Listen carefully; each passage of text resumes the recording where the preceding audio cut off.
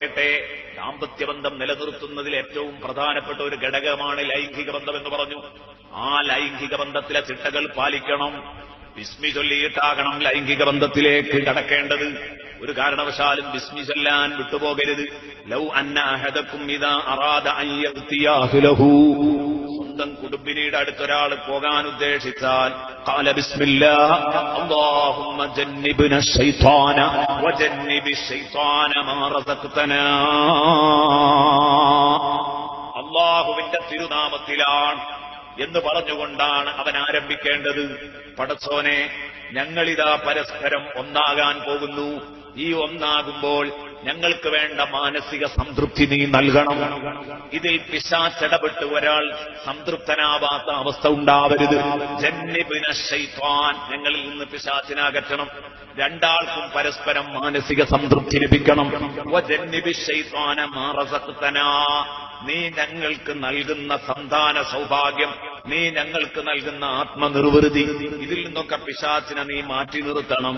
അതിൽ അവർക്കൊരു കുട്ടിയെ അല്ലാഹു കണക്കാക്കുകയാണെങ്കിൽ ഫഇന്നഹു യുഖദ്ദർ ബൈനഹുമാ വലദുൻ ഫീ ദാലിക ലൻ യദുറഹു ശൈത്വാൻ. സദഖ റസൂലുള്ളാഹി. അല്ലാഹുവിന്റെ റസൂൽ പറയുന്നു, ബിസ്മി ചൊല്ലി വേർപെട്ട ബന്ധത്തിൽ ജനിച്ച കുഞ്ഞ്, ആ കുഞ്ഞിനെ പിശാച് ബുദ്ധിമുട്ടിക്കുകയില്ല. ഹബീബ് മുഹമ്മദുർ റസൂലുള്ളാഹി സ്വല്ലല്ലാഹു അലൈഹി വസല്ലം. അതുപോലെ തന്നെ ലൈംഗിക ബന്ധത്തിൽ ഏർപ്പെടുമ്പോൾ ഒരുപാട് മര്യാദകൾ ഹബീബായ റസൂലുള്ളാഹി പഠിപ്പിച്ചു.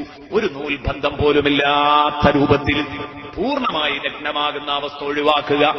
ജായിസല്ലേ എന്ന് ചോദിച്ചാൽ കൃത്യമായി പറയുമ്പോൾ അനുവദനീയമാണെന്ന് പറയേണ്ടി വന്നാലും മാന്യത ഒരിക്കലും ഗോപ്യ മേഖലയെങ്കിലും കാണാതിരിക്കലാണ്.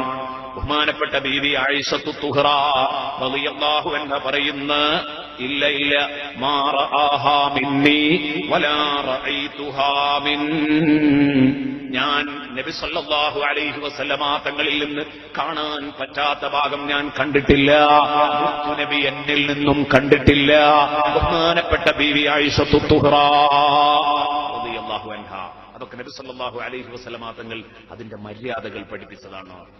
സംസർഗത്തിന്റെ ആമുഖ ചടങ്ങുകൾ പോലും ശ്രദ്ധിക്കണമെന്ന് പഠിപ്പിച്ചു. അല്ലാഹുവിന്റെ ഹബീബ് പഠിപ്പിക്കുന്നു, സലാസും മിനൽ അജ്സി ഫിർ റജുൽ, മൂന്ന് കാര്യം ഒരു പുരുഷന്റെ വീക്ക്നെസ്സുകളിൽപ്പെട്ടതാണ്.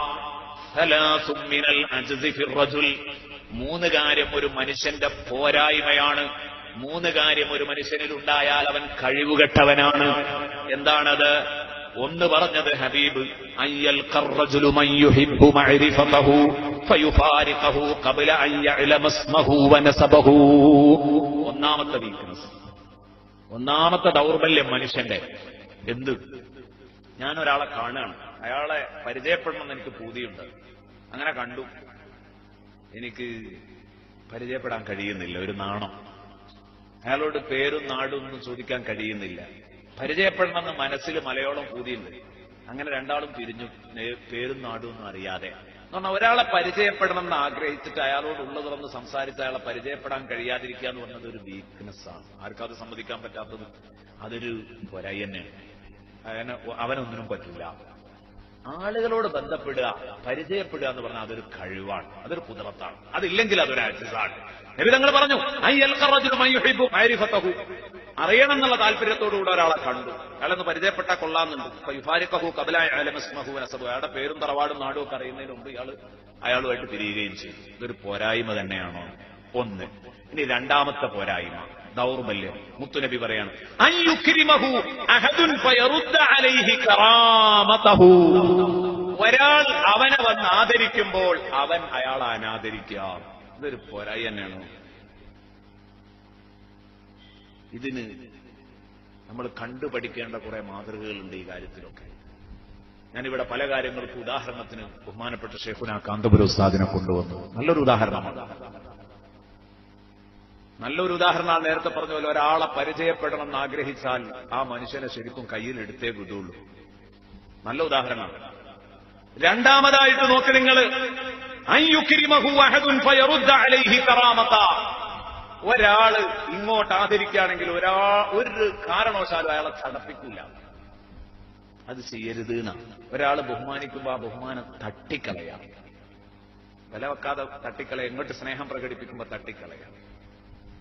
ഉസ്താദിന്റെ മുമ്പിൽ ഒരാൾ വരുന്നു, ഉസ്താദെ ഞാൻ നിങ്ങൾ ഒരുപാട് എന്തൊക്കെയോ പറഞ്ഞു, പക്ഷെ ഇപ്പൊ എനിക്ക് ഉസ്താദിനോട് ഭയങ്കര സ്നേഹമാണ്, പൊരുത്തപ്പെടുന്നുള്ളൂ. ഉസ്താദ് പറഞ്ഞു, നിങ്ങൾ എന്നെ പറ്റി അറിയാതെയല്ലേ പറഞ്ഞത്? അറിഞ്ഞുകൊണ്ട് മനഃപൂർവ്വം എന്നെപ്പറ്റി കളവ് പറഞ്ഞ് നടക്കുന്നവരും അത് എഴുതുന്നവരും അത് പ്രസംഗിക്കുന്നവരും ഒക്കെ ഇവിടല്ലേ, അവരോട് തന്നെ ഞാൻ പൊറുത്തിട്ടുണ്ട്, പിന്നെ നിങ്ങളോട് പൊറുക്കുന്നതിന് എനിക്കെന്താ? ഇതാണ് മനുഷ്യൻ. അതേ സമയം ഇതിന്റെ നേർപതിപ്പ് വേറെ ഒരു സംഭവം. ഒരു മുസ്ലിയാരെടുത്ത് ഒരു പാവപ്പെട്ട മുത്താലിമ് പോവുകയാണ്. ഇതൊരു ഉണ്ടായൊരനുഭവമാണ്, എന്റെ നാട്ടുകാരനാ പോയത്. ഒരു മുത്താലിമ് എന്നിട്ട് പറഞ്ഞു, ഉസ്താദേ ഞാൻ എന്റെ അവിവേകത്തിൽ നിങ്ങളെപ്പറ്റി എന്തൊക്കെയോ പറഞ്ഞു, നിങ്ങൾ പറയാൻ പാടില്ലാത്ത പലതും പറഞ്ഞപ്പോ, നിന്ദിക്കാൻ ഒരിക്കലും പാടില്ലാത്ത പലതിനെയും നിന്ദിച്ചപ്പോ ഞാൻ നിങ്ങളെ എന്തൊക്കെയോ പറഞ്ഞുപോയി, പക്ഷെ എനിക്കൊരു കുറ്റബോധം, അതുകൊണ്ട് എനിക്കൊന്ന് പൊരുത്തപ്പെട്ട് തരണം എന്ന് പറഞ്ഞപ്പോ ഈ മനുഷ്യനിന്ന് ചാടിയത്ര. ഈ മുത്താലിം എന്നോട് വേദനയോടുകൂടെ, ആടാ എനിക്ക് പണി എന്നെ കുറ്റം പറഞ്ഞ് നടക്കല, ജിത്തിനാ ഓതാൻ പോണ്, എന്നെ കുറ്റം പറഞ്ഞ് നടക്കാൻ പോടാ വിടുന്നത്, ഇയാളെ വീട്ടിൽ നിന്നാ ഈ ആടുന്നത്. അപ്പൊ ഇതൊക്കെ രണ്ട് ശൈലി ഒരിക്കലും ചെയ്യാൻ പാടില്ല. നമ്മളെ കാല് പിടിക്കുമ്പോൾ മൂത്ത് എവിടെയൊക്കെ ചെയ്യാൻ പാടില്ലാത്തൊരു സംഗതിയാണ്. ഇതൊക്കെ ഒരു മനുഷ്യന്റെ പോരായ്മയാണ്.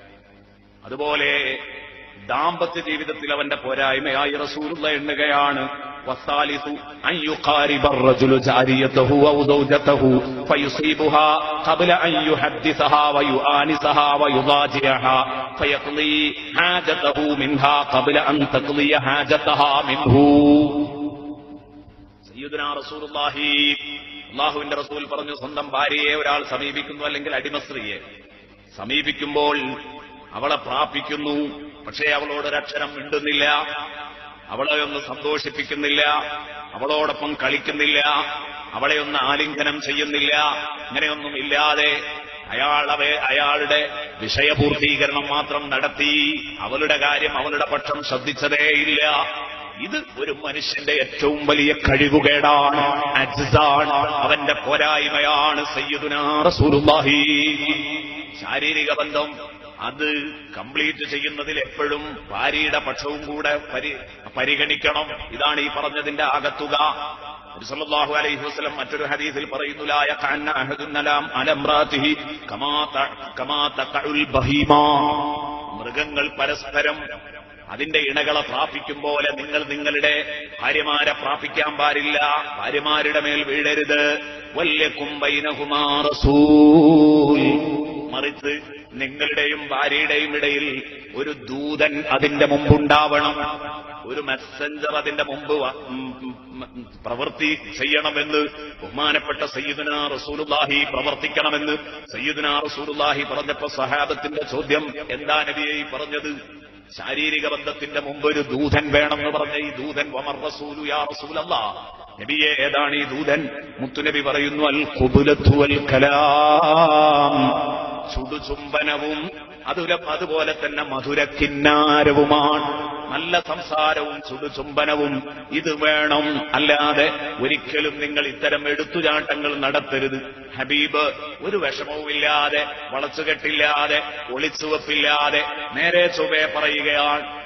നമ്മൾ മനസ്സിലാക്കേണ്ട കാര്യമായതുകൊണ്ട് തുറന്നു പറയല്ലാതെ നിവൃത്തിയില്ല. അല്ലാഹുവിന്റെ ഹബീബ് സല്ലല്ലാഹു അലൈഹി വസല്ലം നേരെ ചൊവ്വേ കാര്യങ്ങൾ പറയുന്നതാണ്. ഇതൊക്കെയും നാം ജീവിതത്തിൽ ശ്രദ്ധിക്കുമ്പോഴാണ് നമുക്ക് രക്ഷപ്പെടാൻ കഴിയുന്നത്.